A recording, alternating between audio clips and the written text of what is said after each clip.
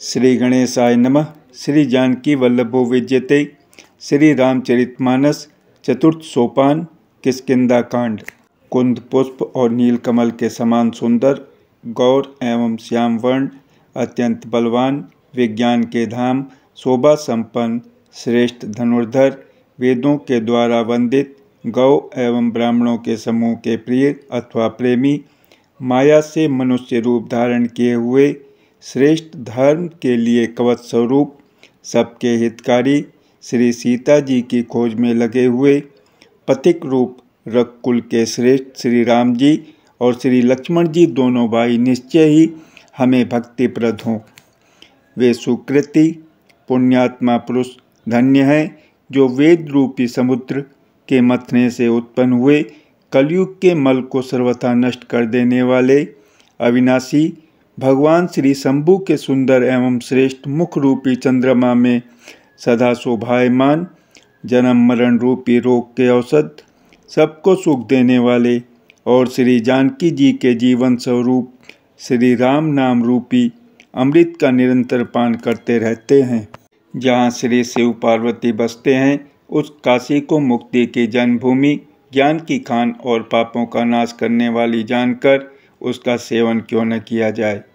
जिस भीषण हलाहल विष से सब देवतागण जल रहे थे, उसको जिन्होंने स्वयं पान कर लिया, रे मंदमन, तू उन शंकर जी को क्यों नहीं बसता? उनके समान कृपालु और कौन है। श्री रघुनाथ जी फिर आगे चले। ऋषयमुख पर्वत निकट आ गया। वहाँ ऋषयमुख पर्वत पर मंत्रियों सहित सुग्रीव रहते थे। अतुलनीय बल की सीमा श्री रामचंद्र जी और लक्ष्मण जी को आते देखकर सुग्रीव अत्यंत भयभीत होकर बोले, हे हनुमान, सुनो, ये दोनों पुरुष बल और रूप के निधान हैं। तुम ब्रह्मचारी का रूप धारण करके जाकर देखो। अपने हृदय में उनकी यथार्थ बात जानकर मुझे इशारे से समझाकर कह देना। यदि वे मन के मलिन बाली के भेजे हुए हों तो मैं तुरंत ही इस पर्वत को छोड़कर भाग जाऊं। यह सुनकर हनुमान जी ब्राह्मण का रूप धरकर वहां गए और मस्तक नवाकर इस प्रकार पूछने लगे, हे वीर, सांवले और गोरे शरीर वाले आप कौन हैं जो क्षत्रिय के रूप में वन में फिर रहे हैं? हे स्वामी, कठोर भूमि पर कोमल चरणों से चलने वाले आप किस कारण वन में विचर रहे हैं? मन को हरण करने वाले आपके सुंदर कोमल अंग हैं और आप वन के दुसह धूप और वायु को सह रहे हैं।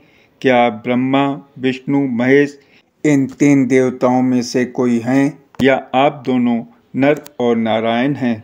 अथवा आप जगत के मूल कारण और संपूर्ण लोकों के स्वामी स्वयं भगवान हैं, जिन्होंने लोगों को भवसागर से पार उतारने तथा पृथ्वी का भार नष्ट करने के लिए मनुष्य रूप में अवतार लिया है। श्री रामचंद्र जी ने कहा, हम कौशलराज दशरथ जी के पुत्र हैं और पिता का वचन मानकर वन आए हैं। हमारे राम लक्ष्मण नाम हैं। हम दोनों भाई हैं। हमारे साथ सुंदर सुकुमारी स्त्री थी। यहाँ वन में राक्षस ने मेरी पत्नी जानकी को हर लिया। हे ब्राह्मण, हम उसे ही खोजते फिरते हैं। हमने तो अपना चरित्र कह सुनाया, अब हे ब्राह्मण, अपनी कथा समझा कर कहिए। प्रभु को पहचान कर हनुमान जी उनके चरण पकड़कर पृथ्वी पर गिर पड़े। उन्होंने साष्टांग दंडवत प्रणाम किया। शिव जी कहते हैं, हे पार्वती, वह सुख वर्णन नहीं किया जा सकता। शरीर पुलकित है, मुख से वचन नहीं निकलता। वे प्रभु के सुंदर वेश की रचना देख रहे हैं। फिर धीरज धरकर स्तुति की। अपने नाथ को पहचान लेने से हृदय में हर्ष हो रहा है। फिर हनुमान जी ने कहा, हे स्वामी, मैंने जो पूछा वह मेरा पूछना तो न्याय था। वर्षों के बाद आपको देखा, वह भी तपस्वी के वेश में, और मेरी वानरी बुद्धि, इससे मैं तो आपको पहचान न सका और अपनी परिस्थिति के अनुसार मैंने आपसे पूछा, परंतु आप मनुष्य की तरह कैसे पूछ रहे हैं? मैं तो आपकी माया के वश भूला फिरता हूँ। इसी से मैंने अपने स्वामी आपको नहीं पहचाना। एक तो मैं यूँ ही मंद हूँ, दूसरे मोह के वश में हूँ, तीसरे हृदय का कुटिल और अज्ञान हूँ। फिर हे दीनबंधु भगवान, प्रभु आपने भी मुझे भुला दिया। हे नाथ, यद्यपि मुझ में बहुत से अवगुण हैं, तथापि सेवक स्वामी की विस्मृति में न पड़े, आप उसे न भूल जाएं। हे नाथ, जीव आपकी माया से मोहित है, वह आप ही की कृपा से निस्तार पा सकता है। उस पर हे रघुवीर, मैं आपकी दुहाई शपथ करके कहता हूँ कि मैं भजन साधन कुछ नहीं जानता। सेवक स्वामी के और पुत्र माता के भरोसे निश्चिंत रहता है। प्रभु को सेवक का पालन पोषण करते ही बनता है, करना ही पड़ता है। ऐसा कहकर हनुमान जी अकुलाकर प्रभु के चरणों पर गिर पड़े। उन्होंने अपना असली शरीर प्रकट कर दिया।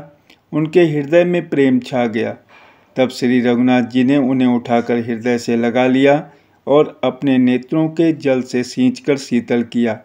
फिर कहा, हे कपि सुनो, मन में ग्लानि मत मानना, मन छोटा न करना। तुम मुझे लक्ष्मण से भी दूने प्रिय हो। सब कोई मुझे समदर्शी कहते हैं। मेरे लिए न कोई प्रिय है न अप्रिय, पर मुझको सेवक प्रिय है, क्योंकि वह अनन्य गति होता है। मुझे छोड़कर उसको कोई दूसरा सहारा नहीं होता। और हे हनुमान, अनन्य वही है जिसकी ऐसी बुद्धि कभी नहीं टलती कि मैं सेवक हूँ और यह चराचर जड़ चेतन जगत मेरे स्वामी भगवान का रूप है। स्वामी को अनुकूल प्रसन्न देखकर पवन कुमार हनुमान जी के हृदय में हर्ष छा गया और उनके सब दुख जाते रहे। उन्होंने कहा, हे नाथ, इस पर्वत पर वानर राज सुग्रीव रहता है, वह आपका दास है। हे नाथ, उससे मित्रता कीजिए और उसे दीन जानकर निर्भय कर दीजिए। वह सीता जी की खोज करावेगा और जहाँ तहाँ करोड़ों वानरों को भेजेगा। इस प्रकार सब बातें समझाकर हनुमान जी ने श्री राम लक्ष्मण दोनों जनों को पीठ पर चढ़ा लिया। जब सुग्रीव ने श्री रामचंद्र जी को देखा तो अपने जन्म को अत्यंत धन्य समझा। सुग्रीव चरणों में मस्तक नवाकर आदर सहित मिले। श्री रघुनाथ जी भी छोटे भाई सहित उनसे गले लगकर मिले। सुग्रीव मन में इस प्रकार सोच रहे हैं कि हे विधाता, क्या ये मुझसे प्रीति करेंगे? तब हनुमान जी ने दोनों ओर की सब कथा सुनाकर अग्नि को साक्षी देकर परस्पर दृढ़ करके प्रीति जोड़ दी, अर्थात अग्नि की साक्षी देकर प्रतिज्ञा पूर्वक उनकी मैत्री करवा दी। दोनों ने हृदय से प्रीति की, कुछ भी अंतर नहीं रखा। तब लक्ष्मण जी ने श्री रामचंद्र जी का सारा इतिहास कहा। सुग्रीव ने नेत्रों में जल भर कर कहा, हे नाथ, मिथिलेश कुमारी जानकी जी मिल जाएंगी। मैं एक बार यहाँ मंत्रियों के साथ बैठा हुआ कुछ विचार कर रहा था। तब मैंने पराये शत्रु के वश में पड़ी बहुत विलाप करती हुई सीता जी को आकाश मार्ग से जाते देखा था। हमें देखकर उन्होंने राम राम हा राम पुकार कर वस्त्र गिरा दिया था। श्री राम जी ने उसे मांगा, तब सुग्रीव ने तुरंत ही दे दिया। वस्त्र को हृदय से लगाकर रामचंद्र जी ने बहुत ही सोच किया। सुग्रीव ने कहा, हे रघुवीर, सुनिए, सोच छोड़ दीजिए और मन में धीरज लाइए। मैं सब प्रकार से आपकी सेवा करूंगा, जिस उपाय से जानकी जी आकर आपको मिलें। कृपा के समुद्र और बल की सीमा श्री राम जी सखा सुग्रीव के वचन सुनकर हर्षित हुए और बोले, हे सुग्रीव, मुझे बताओ तुम वन में किस कारण रहते हो? सुग्रीव ने कहा, हे नाथ, बाली और मैं दो भाई हैं। हम दोनों में ऐसी प्रीति थी कि वर्णन नहीं की जा सकती। हे प्रभु, मैं दानव का एक पुत्र था, उसका नाम मायावी था। एक बार वह हमारे गांव में आया। उसने आधी रात को नगर के फाटक पर आकर पुकारा, ललकारा। बाली शत्रु के बल ललकार को सह नहीं सका। वह दौड़ा, उसे देखकर मायावी भागा। मैं भी भाई के संग लगा चला गया। वह मायावी एक पर्वत की गुफा में जा घुसा। तब बाली ने मुझे समझाकर कहा, तुम एक पखवाड़े 15 दिन तक मेरी बाट देखना। यदि मैं उतने दिनों में न आऊँ तो जान लेना कि मैं मारा गया। हे खरारी, मैं वहाँ महीने भर तक रहा। वहाँ उस गुफा में से रक्त की बड़ी भारी धारा निकली। तब मैंने समझा कि उसने बाली को मार डाला, अब आकर मुझे मारेगा। इसलिए मैं वहाँ गुफा के द्वार पर एक शिला लगाकर भाग आया। मंत्रियों ने नगर को बिना स्वामी राजा का देखा तो मुझको जबरदस्ती राज्य दे दिया। बाली उसे मारकर घर आ गया। मुझे राज सिंहासन पर देखकर उसने जी में भेद बढ़ाया, बहुत ही विरोध माना। उसने समझा कि यह राज्य के लोभ से ही गुफा के द्वार पर शिला दे आया था, जिससे मैं बाहर न निकल सकूं, और यहाँ आकर राजा बन बैठा। उसने मुझे शत्रु के समान बहुत अधिक मारा और मेरा सर्वस्व तथा मेरी स्त्री को भी छीन लिया। हे कृपालु रघुवीर, मैं उसके भय से समस्त लोकों में बेहाल होकर फिरता रहा। वह साप के कारण यहाँ नहीं आता, तो भी मैं मन में भयभीत रहता हूँ। सेवक का दुख सुनकर दीनों पर दया करने वाले श्री रघुनाथ जी की दोनों विशाल भुजाएं फड़क उठीं। उन्होंने कहा, हे सुग्रीव, सुनो, मैं एक ही बाण से बाली को मार डालूंगा। ब्रह्मा और रुद्र की शरण में जाने पर भी उसके प्राण न बचेंगे। जो लोग मित्र के दुख से दुखी नहीं होते, उन्हें देखने से ही बड़ा पाप लगता है। अपने पर्वत के समान दुख को धूल के समान और मित्र के धूल के समान दुख को सुमेरु बड़े भारी पर्वत के समान जाने। जिन्हें स्वभाव से ही ऐसी बुद्धि प्राप्त नहीं है, वे मूर्ख हट करके क्यों किसी से मित्रता करते हैं। मित्र का धर्म है कि वह मित्र को बुरे मार्ग से रोककर अच्छे मार्ग पर चलावे, उसके गुण प्रकट करे और अवगुणों को छिपावे। देने लेने में मन में शंका न रखे, अपने बल के अनुसार सदा हित ही करता रहे। विपत्ति के समय में तो सदा 100 गुना स्नेह करे। वेद कहते हैं कि संत श्रेष्ठ मित्र के गुण लक्षण ये हैं, जो सामने तो बना बनाकर कोमल वचन कहता है और पीठ पीछे बुराई करता है तथा मन में कुटिलता रखता है। हे भाई, इस तरह जिसका मन सांप की चाल के समान टेढ़ा है, ऐसे कुमित्र को तो त्यागने में ही भलाई है। मूर्ख सेवक, कंजूस राजा, उल्टा स्त्री और कपटी मित्र, ये चारों सूल के समान पीड़ा देने वाले हैं। हे सखा, मेरे बल पर अब तुम चिंता छोड़ दो। मैं सब प्रकार से तुम्हारे काम आऊँगा, तुम्हारी सहायता करूँगा। सुग्रीव ने कहा, हे रघुवीर, सुनिए, बाली महान बलवान और अत्यंत रणधीर है। फिर सुग्रीव ने श्री राम जी को दुंदुभि राक्षस की हड्डियाँ और ताल के वृक्ष दिखलाए। श्री रघुनाथ जी ने उन्हें बिना ही परिश्रम के आसानी से ढहा दिया। श्री राम जी का अपरिमित बल देखकर सुग्रीव की प्रीति बढ़ गई और उन्हें विश्वास हो गया कि ये बाली का वध अवश्य करेंगे। वे बार बार चरणों में सिर नवाने लगे। प्रभु को पहचान कर सुग्रीव मन में हर्षित हो रहे थे। जब ज्ञान उत्पन्न हुआ तब वे ये वचन बोले कि हे नाथ, आपकी कृपा से अब मेरा मन स्थिर हो गया।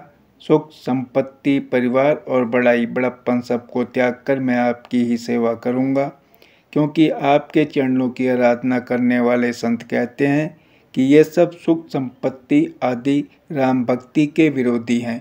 जगत में जितने भी शत्रु मित्र और सुख दुख आदि द्वंद्व हैं, सब के सब माया रचित हैं, परमार्थतः वास्तव में नहीं हैं।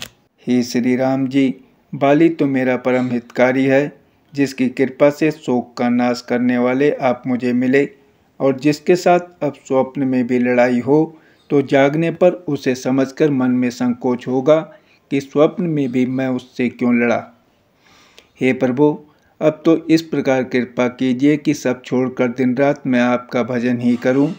सुग्रीव की वैराग्य युक्त वाणी सुनकर, उसके क्षणिक वैराग्य को देखकर हाथ में धनुष धारण करने वाले श्री राम जी मुस्कुराकर बोले, तुमने जो कुछ कहा है वह सभी सत्य है, परंतु हे सखा, मेरा वचन मिथ्या नहीं होता, अर्थात बाली मारा जाएगा और तुम्हें राज्य मिलेगा।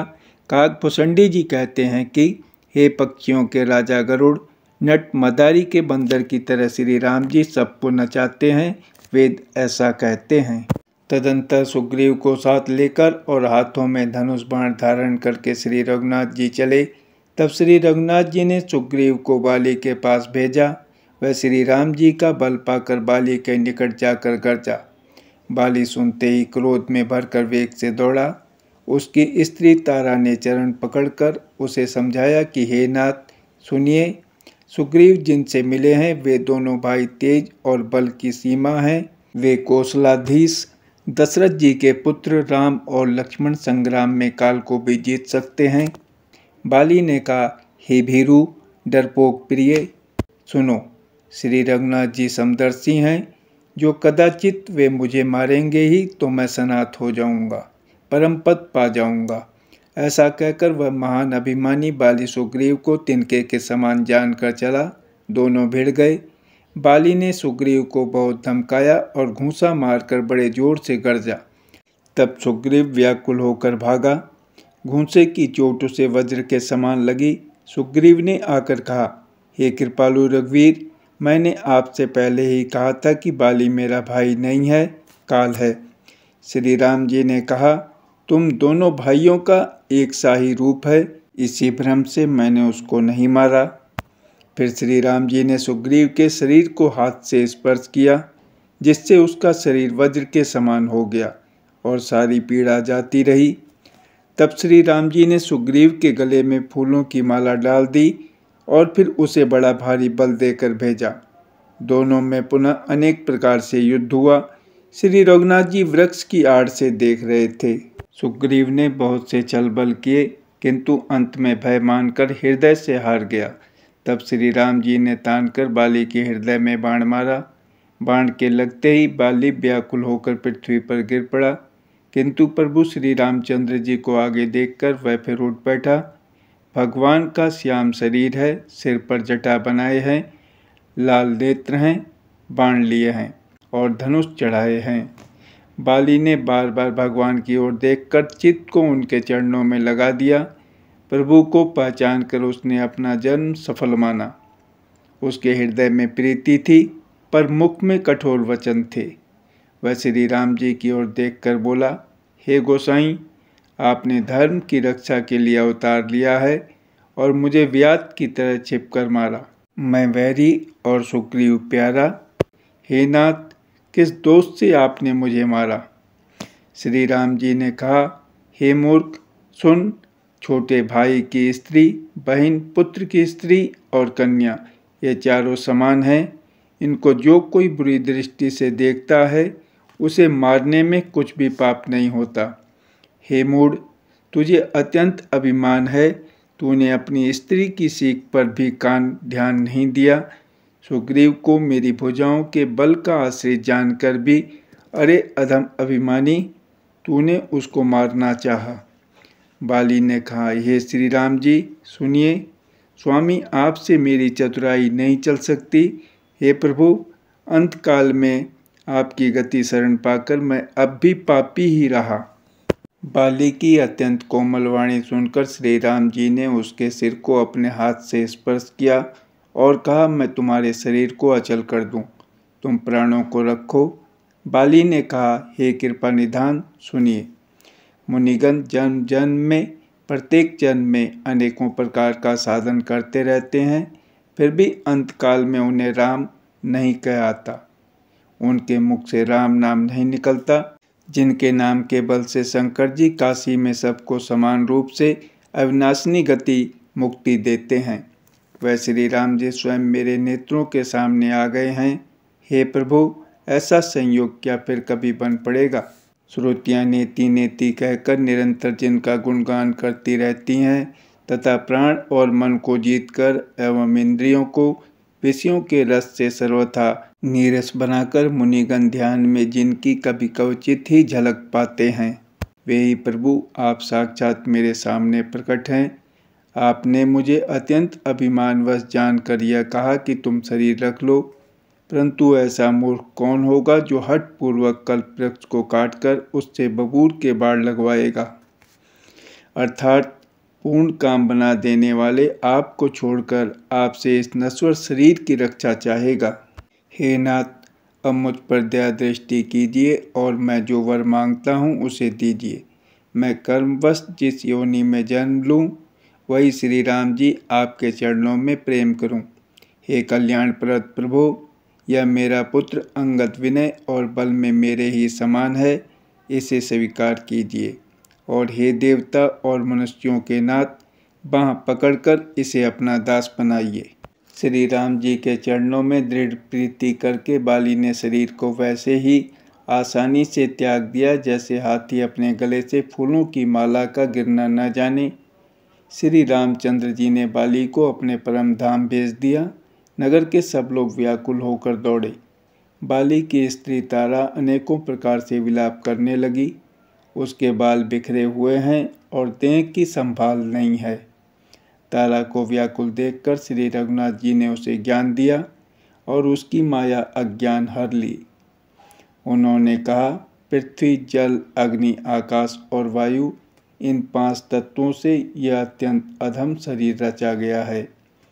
वह शरीर तो प्रत्यक्ष तुम्हारे सामने सोया हुआ है और जीव नित्य है। फिर तुम किसके लिए रो रही हो? जब ज्ञान उत्पन्न हो गया तब वह भगवान के चरणों लगी और उसने परम भक्ति का वर मांग लिया। शिव जी कहते हैं, हे उमा, स्वामी श्री राम जी सबको कठपुतली की तरह नचाते हैं। तदंतर श्री राम जी ने सुग्रीव को आज्ञा दी और सुग्रीव ने विधि पूर्वक बाली का सब मृतक कर्म किया। तब श्री रामचंद्र जी ने छोटे भाई लक्ष्मण को समझाकर कहा कि तुम जाकर सुग्रीव को राज्य दे दो। श्री रघुनाथ जी की प्रेरणा आज्ञा से सब लोग श्री रघुनाथ जी के चरणों में मस्तक नवा कर चले। लक्ष्मण जी ने तुरंत ही सब नगर निवासियों को और ब्राह्मणों के समाज को बुला लिया और उनके सामने सुग्रीव को राज्य और अंगद को युवराज पद दिया। हे पार्वती, जगत में श्री राम जी के समान हित करने वाला गुरु, पिता, माता, बंधु और स्वामी कोई नहीं है। देवता, मनुष्य और मुनि सबकी यह रीति है कि स्वार्थ के लिए ही सब प्रीति करते हैं। जो सुग्रीव दिन रात बाली के भय से व्याकुल रहता था, जिसके शरीर में बहुत से घाव हो गए थे और जिसकी छाती चिंता के मारे जला करती थी, उसी सुग्रीव को उन्होंने वानरों का राजा बना दिया। श्री रामचंद्र जी का स्वभाव अत्यंत ही कृपालु है। जो लोग जानते हुए भी ऐसे प्रभु को त्याग देते हैं, वे क्यों न विपत्ति के जाल में फंसें। फिर श्री राम जी ने सुग्रीव को बुला लिया और बहुत प्रकार से उन्हें राजनीति की शिक्षा दी। फिर प्रभु ने कहा, हे वानरपति सुग्रीव, सुनो, मैं 14 वर्ष तक गांव बस्ती में नहीं जाऊंगा। ग्रीष्म ऋतु बीतकर वर्षा ऋतु आ गई, अतः मैं यहाँ पास ही पर्वत पर टिक रहूँगा। तुम अंगद सहित राज्य करो, मेरे काम का हृदय में सदा ध्यान रखना। तदंतर जब सुग्रीव जी घर लौट आए तब श्री राम जी परवर्षण पर्वत पर जा टिके। देवताओं ने पहले से ही उस पर्वत की एक गुफा को सुंदर बना सजा रखा था। उन्होंने सोच रखा था कि कृपा की खान श्री राम जी कुछ दिन यहाँ आकर निवास करेंगे। सुंदर वन फूला हुआ अत्यंत सुशोभित है। मधु के लोभ से भौरों के समूह गुंजार कर रहे हैं। जब से प्रभु आए तब से वन में सुंदर कंद, मूल, फल और पत्तों की बहुतायत हो गई। मनोहर और अनुपम पर्वत को देखकर देवताओं के सम्राट श्री राम जी छोटे भाई सहित वहाँ रह गए। देवता, सिद्ध और मुनि भौरों, पक्षियों और पशुओं के शरीर धारण करके प्रभु की सेवा करने लगे। जब से रमापति श्री राम जी ने वहाँ निवास किया तब से वन मंगल स्वरूप हो गया। सुंदर स्फटिक मणि की एक अत्यंत उज्ज्वल शिला है, उस पर दोनों भाई सुखपूर्वक विराजमान हैं। श्री राम जी छोटे भाई लक्ष्मण जी से भक्ति, वैराग्य, राजनीति और ज्ञान की अनेकों कथाएं कहते हैं। वर्षा काल में आकाश में छाए हुए बादल गरजते हुए बहुत ही सुहावने लगते हैं। श्री राम जी कहने लगे, हे लक्ष्मण, देखो, मोरों के झुंड बादलों को देखकर नाच रहे हैं। जैसे वैराग्य में अनुरक्त गृहस्थ किसी विष्णु भक्त को देखकर हर्षित होते हैं। आकाश में बादल घुमड़ घुमड़ कर घोर गर्जना कर रहे हैं। प्रिया सीता जी के बिना मेरा मन डर रहा है। बिजली की चमक बादलों में ठहरती नहीं, जैसे दुष्ट की प्रीति स्थिर नहीं रहती। बादल पृथ्वी के समीप आकर नीचे उतरकर बरस रहे हैं। जैसे विद्या पाकर विद्वान नम्र हो जाते हैं। बूंदों की चोट पर्वत कैसे सहते हैं, जैसे दुष्टों के वचन संत सहते हैं। छोटी नदियां भरकर किनारों को तुड़ाती हुई चलीं, जैसे थोड़े धन से भी दुष्ट इतरा जाते हैं। मर्यादा का त्याग कर देते हैं। पृथ्वी पर पड़ते ही पानी गंदला हो गया है, जैसे शुद्ध जीव के माया लिपट गई हो। जल एकत्र होकर तालाबों में भर रहा है, जैसे सद्गुण एक एक कर सज्जन के पास चले आते हैं। नदी का जल समुद्र में जाकर वैसे ही स्थिर हो जाता है, जैसे जीव श्री हरि को पाकर अचल आवागमन से मुक्त हो जाता है। पृथ्वी घास से परिपूर्ण होकर हरी हो गई है, जिससे रास्ते समझ नहीं पड़ते। जैसे पाखंड मत के प्रचार से सदग्रंथ गुप्त लुप्त हो जाते हैं। चारों दिशाओं में मेढकों की ध्वनि ऐसे सुहावनी लगती है, मानो विद्यार्थियों के समुदाय वेद पढ़ रहे हों। अनेकों वृक्षों में नए पत्ते आ गए हैं, जिससे वे ऐसे हरे भरे एवं सुशोभित हो गए हैं जैसे साधक का मन विवेक ज्ञान प्राप्त होने पर हो जाता है। मदार और जवासा बिना पत्ते के हो गए, उनके पत्ते झड़ गए। जैसे श्रेष्ठ राज्य में दुष्टों का उद्यम जाता रहा, उनकी एक भी नहीं चलती, धूल कहीं खोजने पर भी नहीं मिलती। जैसे क्रोध धर्म को दूर कर देता है, अर्थात क्रोध का आवेश होने पर धर्म का ज्ञान नहीं रह जाता। अन्न से युक्त लहराती हुई खेती से हरी भरी पृथ्वी कैसी शोभित हो रही है, जैसे उपकारी पुरुष की संपत्ति रात के घने अंधकार में जुगनू शोभा पा रहे हैं, मानो दंभियों का समाज आज उठा हो। भारी वर्षा से खेतों की क्यारियां फूट चली हैं, जैसे स्वतंत्र होने से स्त्रियां बिगड़ जाती हैं। चतुर किसान खेतों को निरा रहे हैं, उनमें से घास आदि को निकाल कर फेंक रहे हैं। जैसे विद्वान लोग मोह मद और मान का त्याग कर देते हैं। चक्रवाक पक्षी दिखाई नहीं दे रहे हैं, जैसे कलयुग को पाकर धर्म भाग जाते हैं। ऊसर में वर्षा होती है पर वहाँ घास तक नहीं उगती। जैसे हरि भक्त के हृदय में काम नहीं उत्पन्न होता। पृथ्वी अनेक तरह के जीवों से भरी हुई उसी तरह शोभायमान है, जैसे सुराज्य पाकर प्रजा की वृद्धि होती है। जहाँ तहाँ अनेक पथिक थक कर ठहरे हुए हैं, जैसे ज्ञान उत्पन्न होने पर इंद्रियाँ शिथिल होकर विषयों की ओर जाना छोड़ देती हैं। कभी कभी वायु बड़े जोर से चलने लगती है, जिससे बादल जहाँ तहाँ गायब हो जाते हैं। जैसे कुपुत्र के उत्पन्न होने से कुल के उत्तम धर्म श्रेष्ठ आचरण नष्ट हो जाते हैं। कभी बादलों के कारण दिन में घोर अंधकार छा जाता है और कभी सूर्य प्रकट हो जाते हैं। जैसे कुसंग पाकर ज्ञान नष्ट हो जाता है और सुसंग पाकर उत्पन्न हो जाता है। जय श्री राम।